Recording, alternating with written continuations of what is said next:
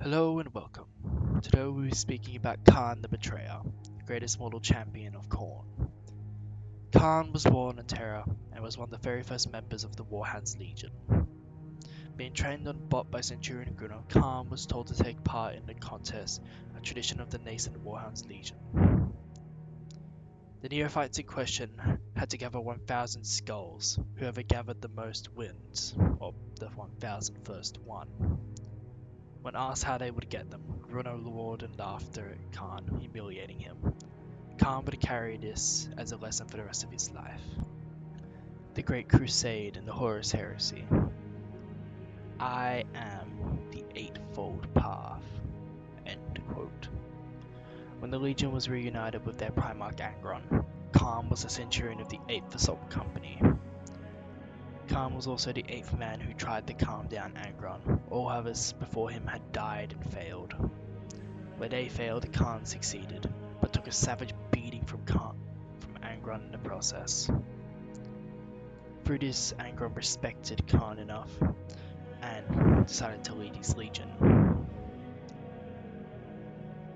Through this, Khârn became the equerry to Angron and the only man who was able to calm his Primarch down when he was enraged. As the crusade slowly turned into the Horus Heresy, Khârn followed his Primarch. From the slaughter and the massacre at Isfahan 3 and Isfahan 5, to the Shadow Crusade in Ultramar. During one of these battles, on the war world of Armature, Angron was buried under rubble thanks to an ultramarine ambush, or a trap.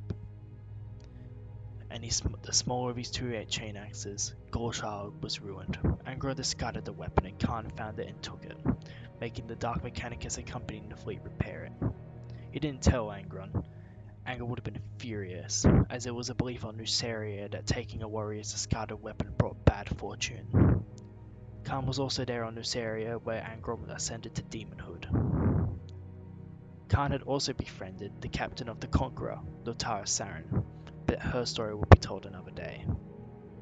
Khârn fought on the siege of Terra and was the first through the breach made by the World Eaters.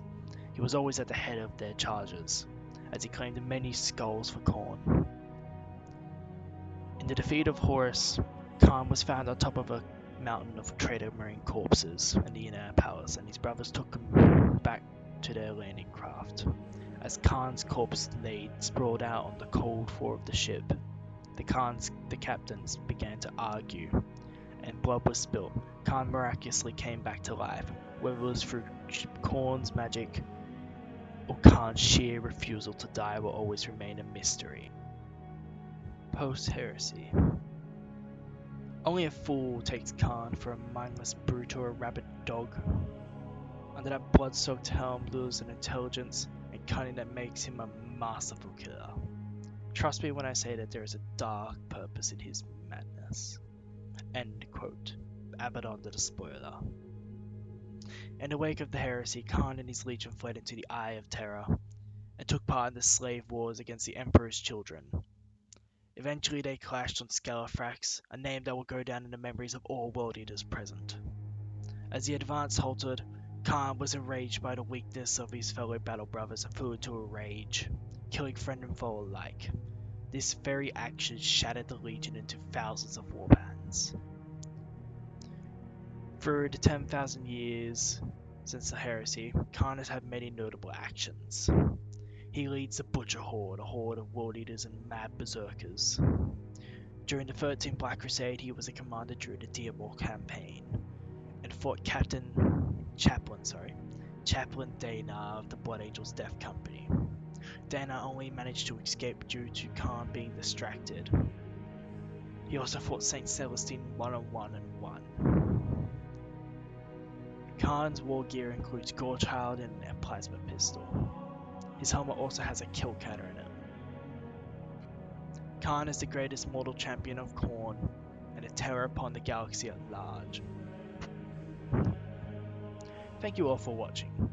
I hope you all enjoyed this video, and I also formally apologize for the heavy breathing sounds and pauses or any mistakes I happen to have made.